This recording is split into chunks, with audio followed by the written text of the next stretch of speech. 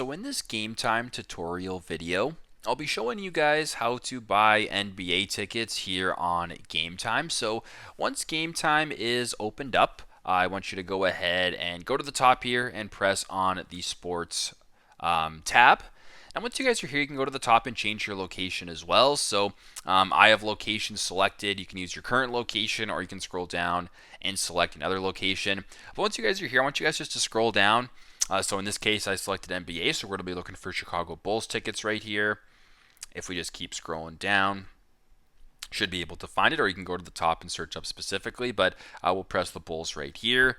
Now it's going to go ahead and show you guys the schedule. So for example, if I wanted to go to this preseason game right here, I can select that.